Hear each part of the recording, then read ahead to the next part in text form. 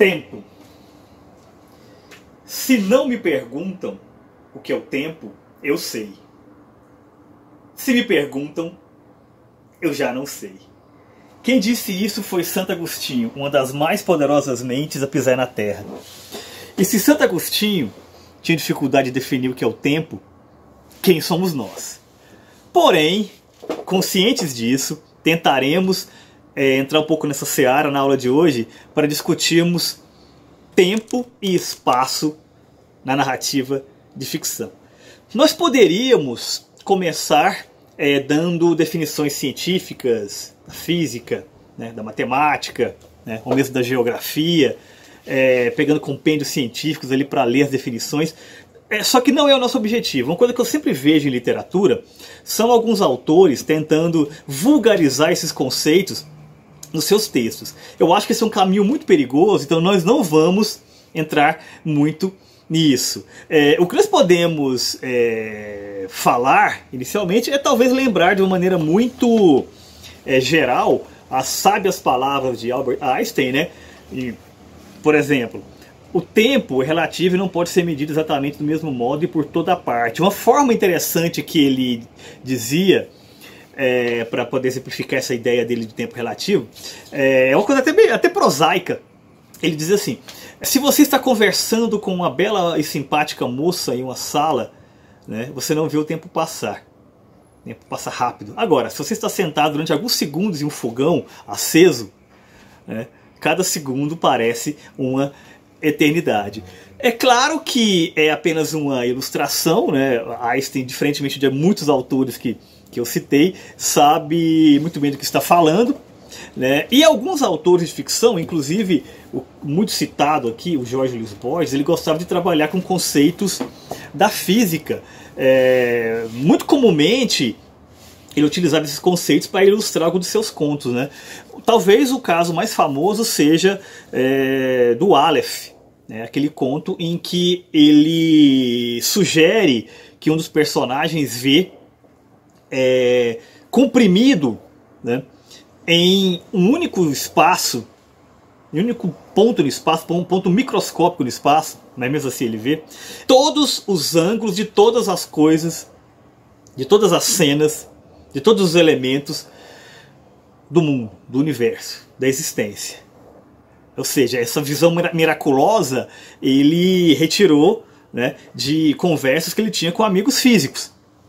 Porém, nós não vamos trabalhar muito nessa esfera desse tempo e desse espaço mais filosófico, mais alegórico. Não, vamos tentar pensar aqui exemplos de uso de tempo e espaço de uma maneira, digamos, mais simples, né?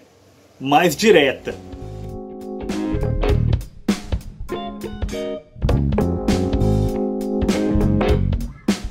A primeira coisa que nós podemos fazer é definir essa ideia de tempo e espaço, mas de fato usando, né, esse elemento da ficção, né? Como que o tempo e espaço pode ser visto na ficção?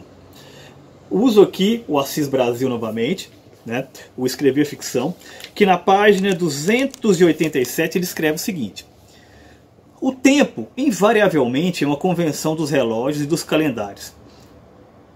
Bem simples, né? Na ficção, assim como o espaço, é uma percepção subjetiva do personagem. Ou seja, a percepção que nós vamos ter do tempo e do espaço vai passar pela maneira como esse personagem está inserido no tempo e no espaço. E ele segue: personagens diferentes têm percepções diferentes do mesmo tempo. E eu digo aqui também do mesmo espaço. O Assis Brasil apresenta aqui no livro o que ele chamou de quadrilátero do tempo, que é uma espécie de esquema em que o autor tem que levar em consideração quando ele vai tratar desses temas. É basicamente isto daqui. Está dando para ver? Então nós temos o TE, o TN, o TP e o TL. O que é cada um deles? O TE é o tempo de escrita. É aquele período em que o autor está trabalhando no texto. E como nós vimos, pode ser extremamente elástico. Tem alguns livros, até mesmo contos, né, curtos, que se demorou dias, meses, até anos para serem escritos, ou até décadas, dependendo do caso. Talvez o Fausto do Goethe seja o maior exemplo, né? 40 anos, né, trabalhando no texto. Ou seja, esse tempo do autor é um tempo, né? Agora, qual é o tempo da narrativa que se está colocando ali, que é o TN? Como nós vimos na aula passada, falando de estrutura, e vamos citar aqui novamente hoje, Ulisses se passa em um dia, mas é um livro bastante volumoso, ou seja, de forma alguma se pode relacionar o tempo de escrita com o tempo da narrativa, porque ele é sobretudo simbólico, né? E o TP, que é o tempo do personagem, ou seja, como que esse tempo ele acaba interferir nas ações do personagem, como que ele percebe esse tempo. Por exemplo, na leitura de Ulisses, o leitor vai demorar um tempo razoável para ler. Obviamente não tanto quanto James Joyce gastou para escrever, mas será bastante elástico, com certeza. Agora, não é a percepção do personagem. O personagem teve uma percepção quase que de hora relógio para essa essa aventura, para essa passagem no tempo e no espaço que ele vivenciou. Então nós temos que, enquanto leitores, e isso aí é o TL, né, ter isso em mente. Ou seja, aquele tempo que nós gastamos para refletir sobre esse personagem não é necessariamente o tempo que o personagem está passando na narrativa. Pensamos, por exemplo, em um fluxo de consciência, né? Aquele fluxo de consciência é bem possível que seja, né, o tempo no qual ele está descrito ali. Agora, uma outra ação do personagem, né, que pode estar acontecendo talvez até ao mesmo tempo, ele não necessariamente. Tá? Ou seja, esse quadrilátero do tempo é um esquema que mostra o quanto é complexo, mesmo na ficção, você perceber essas diferenças. E é claro que você pode fazer isso de diversas formas, né? Inclusive de maneiras explícitas. Tem alguns exemplos clássicos na literatura de marcações de tempo, né, bem evidentes. Talvez uma das mais famosas seja o mesmo Ulisses, que nós já trabalhamos. Em que, como eu mostrei para vocês naquela tabela final, você tem ali a hora relógio de cada uma das cenas. Então, né, ali você evidencia muito bem esse tempo do personagem, e enquanto leitor, esse tempo de leitura que você tem que estar pensando em como o personagem ele recebe aquela passagem temporal. Mas existem outras, por exemplo, Agosto, do nosso Rubem Fonseca. Agosto, embora seja uma narrativa de ficção, uma investigação policial, ele não pode deixar de lado o tempo histórico. Por quê? Porque tudo que se passa no romance tem que dialogar com os fatos reais, que envolve a investigação, né, e o pano de fundo ali da política brasileira da época, sobretudo ali da era Vargas, no finalzinho, aquele momento em que Vargas suicidou, né, e o seu guarda-costas, o Anjo Negro, é preso, né, tem todo ali o envolvimento dele no tão famoso atentado da Rua Toneleiros. Ou seja, para escrever o romance, Rubem Fonseca teve que adequar o tempo dos seus personagens ao tempo histórico, ao tempo, né, da ação real. Isso acontece em diversos livros, né, que você pode dividir isso de diferentes formas. Por exemplo, se for um romance epistolar, como Ligações Perigosas, que se passa em cartas, né, você vai contar esse tempo a partir das cartas enviadas. Só que no caso aqui do Ligações Perigosas, você não tem necessariamente o período exato do tempo em que a carta foi enviada. Ou seja, você sabe da sequência, né? Você sabe como que uma carta acabou interferindo na ação do outro personagem, como que ele a recebeu, né? Qual foi o impacto daquela carta, mas você não tem exatamente o tempo. Em algumas outras em outros trabalhos e outros romances epistolares, isso aparece muito claramente. A carta foi enviada no período tal, né, foi recebida no período tal, foi devolvida uma resposta em outro período tal. Então você consegue medir esse tempo narrativo com muita precisão. Agora, pensando modernamente, nesse mesmo esquema do romance epistolar. Nós temos aqui um exemplo muito interessante disso, de marcação de tempo, que está neste livrinho que eu recomendo fortemente, que é O Cara Mais Esperto do Facebook, do Abdul Said. O que é isso daqui? Basicamente é um livro em que o autor ele compila posts que ele fez no Facebook, todos eles são datados, né? Então você tem um aqui de 3 de outubro de 2012 às 11h25, ou seja, todo o período temporal está marcado aqui com precisão de relógio, inclusive, né? E o que nós vimos aqui? Nós vimos o desenvolvimento dessa figura, né, que está fazendo de alguma maneira, inclusive de uma maneira muito contemporânea, literatura nas redes sociais, que é uma coisa que com certeza se tornará uma tendência, inclusive com aquela perspectiva do microconto que nós já trabalhamos anteriormente, e ele desenvolve uma persona ficcional ao longo dos seus posts de uma maneira muito interessante, pegando esses posts, né, para desenvolver essa figura, mostrando como que a reação ao que ele posta, o que aquela reação faz com que ele desenvolva o seu personagem, ou seja, o personagem sendo construído ali, né, dia a dia. E é uma marcação de tempo muito precisa. Nós temos, inclusive, a possibilidade de fazer essa marcação também num esquema de hora a hora, né, só que a partir de outros registros. Por exemplo, no Nome da Rosa, do Humberto Eco, nós temos cada dia que o livro ele é dividido em 7 dias, 7 assassinatos, né, um livro policial, né, e cada um desses dias ele é separado pelas horas canônicas. Então, por exemplo, primeiro dia, prima, terça, sexta, por volta da nua, vésperas, completas, matinas, completas, aí mais adiante, noite, né, laudes, ou seja, era uma marcação de tempo usada constantemente nos mosteiros. Então, quer dizer, como o romance passa em um mosteiro, ou seja, uniu-se essa ideia do tempo, né, e como que aquele tempo é percebido naquele lugar. Porque, obviamente, né, alguns séculos depois, com a invenção do relógio mecânico, essa ideia do tempo canônico ele vai desaparecer. Então o que vai contar vai ser a questão da hora de produção, a hora do trabalho, né? Que é essa hora que nós seguimos hoje, no relógio de pulso, no celular e tudo mais. Até esse momento não, até esse momento que se tinha era o quê? Era a hora para você acordar, para você fazer a primeira oração, o almoço, né? o ângelus, né? Ou seja, todo o tempo ele é marcado pelas ações que se esperava de um monge.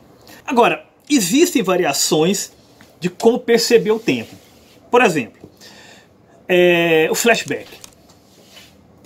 Basicamente, flashback é quando a narrativa ela é suspensa, né, e passa a acontecer ali um recordatório, um recordar de um elemento, de uma ação, né, de uma informação que aconteceu no passado. Esse recurso do flashback, ele tem lá os seus perigos, né? Por exemplo, ele pode eventualmente interromper a narrativa no momento que ele está num crescente. Então, quer dizer, será que isso é desejável para o seu enredo? Então, você usar o flashback, ele pode ser tentador, só que nem sempre é a melhor opção. Então você pode colocar a informação do flashback, digamos assim, num diálogo, por exemplo, né? Para não ter esse elemento da interrupção. Até porque, como o Assis Brasil destaca muito bem no livro dele, o leitor ele se interessa sobretudo pela ação atual.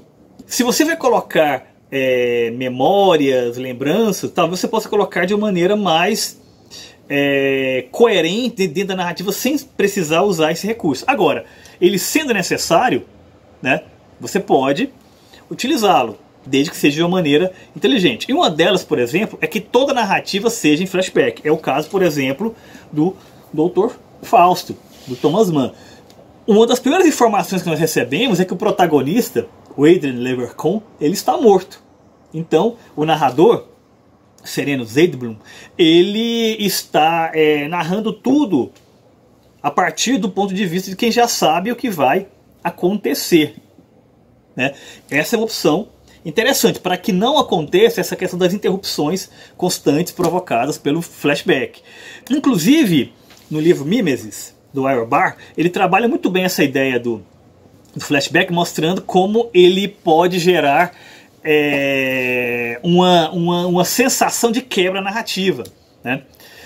Ele compara fundamentalmente nesse livro as duas tradições narrativas, a grega, né, tomando Homero como exemplo, e a bíblica, né? Então, para vocês entenderem o que eu estou querendo dizer, na narrativa bíblica ele usa exemplo de Moisés. Nós conhecemos a vida de Moisés desde o nascimento, né?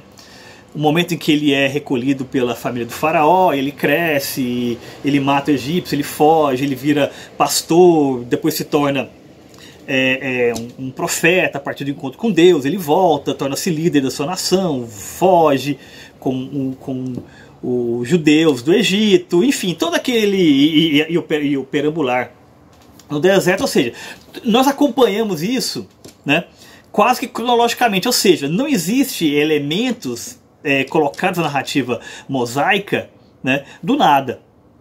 Agora, o autor ele repara que na narrativa homérica, em um determinado momento da história, quando Ulisses volta para Ítaca, né, e uma senhora que trabalha na casa dele, uma pessoa idosa, vai lavar seus pés, né, porque ele está disfarçado de mendigo, né, porque ele não queria chegar de uma vez ali, porque a casa estava tomada pelos pretendentes ao trono, né, que queriam se casar com Penélope, toda aquela história que nós conhecemos bem. Mas enfim, o que interessa pra gente aqui é o seguinte: do nada, né, essa senhora lavando os pés de Ulisses, ela percebe uma cicatriz. Então o que acontece? Aparece um flashback ali,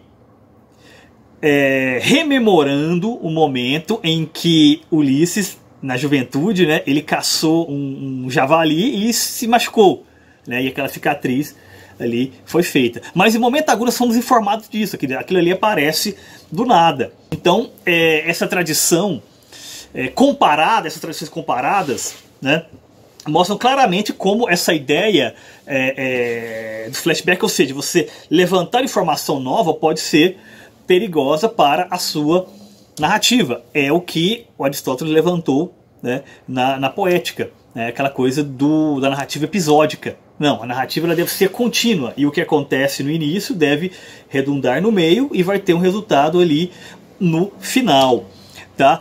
Mas você pode fazer também o flash forward. E o que é isso?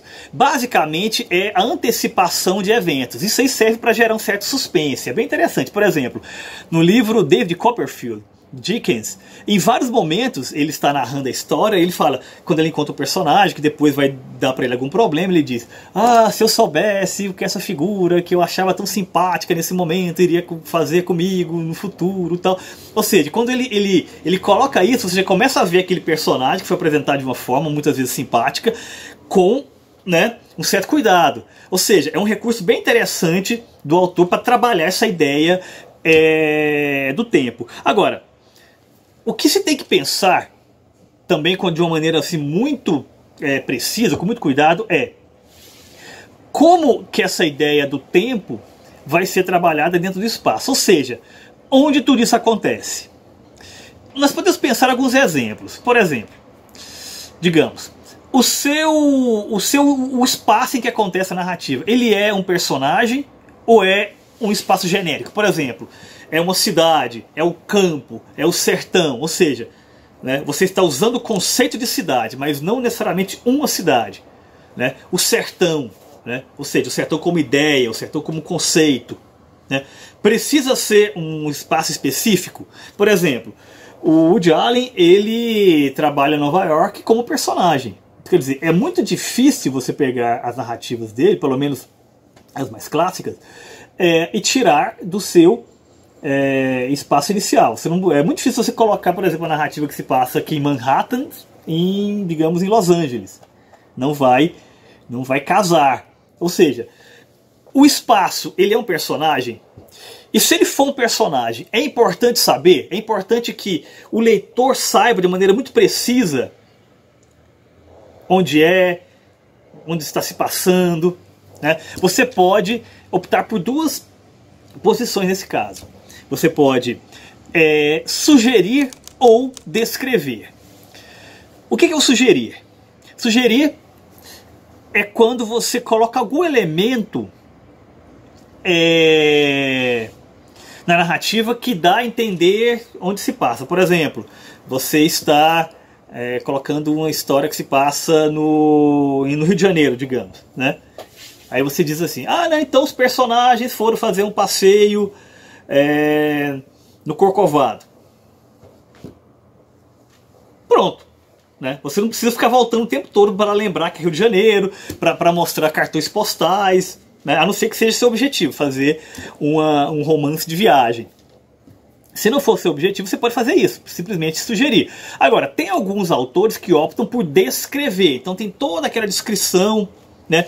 Muitas vezes muito longa, né? do espaço, todos os lugares, tal, que de certa forma é o que o James Joyce fez com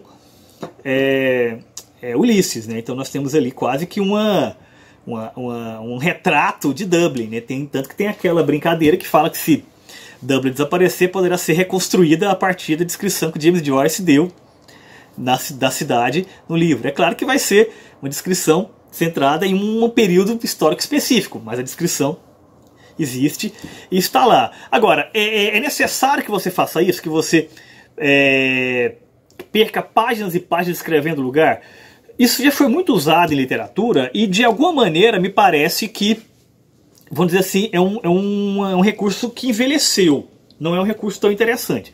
Você pode fazer, por exemplo, o que o Wesley Pérez fez no romance As Pequenas Mortes, que se passa em Goiânia. O livro, ele fala sobre um personagem que teve a vida afetada muito fortemente pelo acidente radiológico que aconteceu na cidade com César 137, nos anos 80. Né? Ou seja, o personagem, ele era criança na época, mas contemporaneamente, onde se passa o romance, ele é um adulto. E quase todas as percepções que ele tem da cidade acabam passando por aí. Só que o autor, ele não fica descrevendo Goiânia o tempo todo, não. Ele fala, por exemplo, de um bar específico, que é o Glória, né? Ou seja, quem é de Goiânia vai saber disso. É uma informação jogada no ar. Não, nós somos o Glória. Agora, ele poderia ter falado, não, nós somos em um bar. Pronto. Né? Teria, em princípio, para a compreensão do leitor, o mesmo efeito. Agora, ele quis enriquecer a sua narrativa colocando essa informação como algo importante na ambientação do personagem, da maneira como ele entende a cidade, aquele lugar é importante para ele, então está ligado à figura do personagem. Agora, se você colocar gratuitamente, começar a descrever, mas o Glória era isso, era aquilo, as pessoas faziam isso e aquilo ali, nele e tal, pode ser que seja excessivo, né? Talvez essa ideia de você sugerir, você colocar elementos pontuais seja mais interessante. Eu vou dar alguns exemplos aqui. No filme O Planeta dos Macacos, que é sempre bom nós vermos como que a coisa funciona no audiovisual também, existe toda a narrativa, né, de um planeta Terra que é dominado pelos símios, tal, e os seres humanos são escravizados.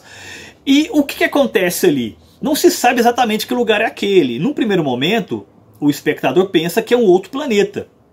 Porém, no final, quando o personagem do Charlton Heston encontra essa outra liberdade, ele percebe que é a Terra no futuro. Ou seja, em momento algum foi necessário dizer onde está acontecendo a ação. Agora, aquela cena dele encontrando essa liberdade destruída, caída, né, gerou todo um impacto e toda uma ressignificação do que foi feito antes. Ou seja, a informação de onde se passa a narrativa mudou tudo. Ou seja, todo o filme teve que ser refeito. E isso acontece apenas quando você tem esse espaço, vamos dizer assim, do reconhecível, que é, por exemplo, o inverso do que aconteceu nesse outro filme aqui, que é o Inteligência Artificial de Steven Spielberg, que se passa em um planeta Terra em que a Terra, né, ela foi inundada, né, as calotas derreteram, aquela coisa toda, o nível do mar subiu e muitas cidades foram engolidas pelas águas. Então, quer dizer, toda a narrativa acontece, nós somos informados disso, e ao final o protagonista, que é um robô, né, tal, ele mergulha para enfim, ter um desenvolvimento ali na narrativa, tal, encontrar a fada azul, que é o desejo dele e tal. Só que o que acontece? O que eu quero chamar a atenção de vocês? Quando ele mergulha, ele não encontra para o espectador um local que é particularmente reconhecível. Não. Quando ele mergulha, ele vai ali numa cidade,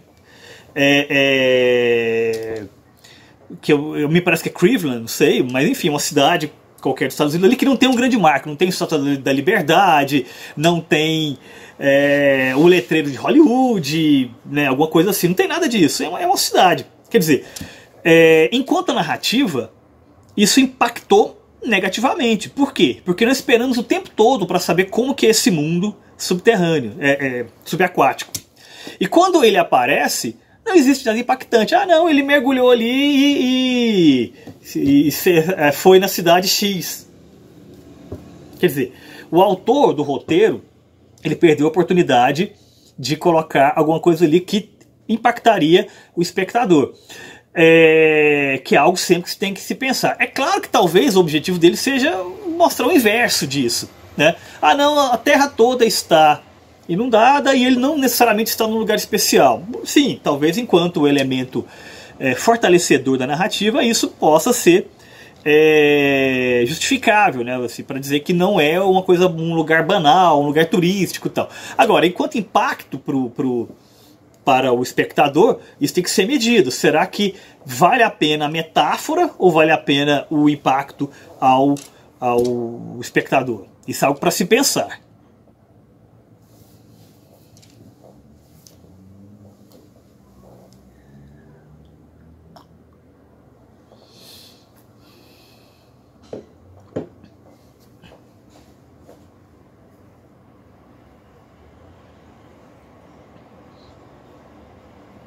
Fiz vocês esperarem, não é isso? Perceberam o que o Einstein disse lá atrás?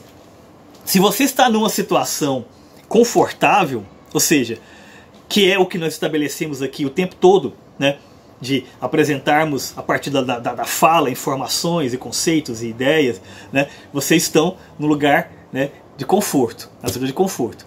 Quando eu parei, quando eu cessei e ficou sem ação, ou seja, o tempo pareceu muito mais longo. Nós podemos retornar ao vídeo, né, e percebemos que foi apenas alguns segundos. Mas eu tenho certeza que na cabeça de vocês, em função de como o cérebro funciona, pareceu um tempo longuíssimo. E isso vocês têm que pensar quando estiver escrevendo. Que é o quê? A ideia dos tempos mortos. Em literatura, a ideia do tempo morto é terrível, que é aquele espaço de narrativa em que simplesmente não acontece nada. Não acontece nada. Né? Então temos que tomar muito cuidado com isso. E uma outra coisa que temos que ter cuidado é o seguinte, pensando em espaço, né? Se vocês vão colocar informações sobre um determinado espaço, uma cidade, alguma coisa assim, o risco que se corre é o tornar isso pueril, que é o que eu chamo de efeito Google. O que é isso? Ah, você cisma em fazer uma narrativa que se passa em Paris, que se passa em Hamburgo, que se passa na China, em locais que não são do nosso conhecimento prévio, né? O que você faz? Você faz a pesquisa no Google. Você vai lá, mapeia tudo, pega as informações, aquela coisa toda tal, e você acha que está suprido, né, de dados para colocar a sua narrativa ali, nesses lugares. Será que isso é real? pense nisso, porque muitas vezes vocês podem estar se enganando, né? E a sua narrativa se torna artificial. É muito mais fácil, muitas vezes, você criar um espaço fictício do que você dar a impressão falsa de que você conhece um local real. Por exemplo, quando o Gabriel Garcia Marques criou Macondo, em Sempre Solidão, na verdade foi em outro livro, mas ele sacralizou aqui, essa criação que ele fez tem um impacto muito grande. Por quê? Porque tudo é muito bem construído, tudo é muito bem elaborado. Nós temos aqui, de fato, uma narrativa que se passa em um espaço inventado, mas que nós vemos ele florescer, tornar-se grandioso, tornar-se um espaço inclusive de guerras, de grandes indústrias e tal, no tempo da narrativa, no tempo dos personagens. Ou seja, nós temos ali de uma maneira muito precisa, né, os 100 anos de solidão, né, com os 100 anos que essa cidade, né, que essa localidade foi ganhando ao longo do tempo. Ou seja, ela passa de uma cidade nova, né, assim, em que as coisas não eram nomeadas ainda, tão antiga que é, até uma cidade relativamente velha, porque 100 anos para uma cidade não é nada, mas tudo é de uma maneira muito linear e muito inteligente. Então, é sempre algo para se pensar, tá? Se muitas vezes não é melhor você realmente criar esse espaço do que você fazer esse espaço surgir do nada de uma maneira pueril a partir do efeito Google. Às vezes uma cidade criada vai ser mais real do que uma cidade simplesmente pesquisada. Porque lembre-se, você enquanto autor é o senhor do tempo e do espaço. Use esse poder com sabedoria.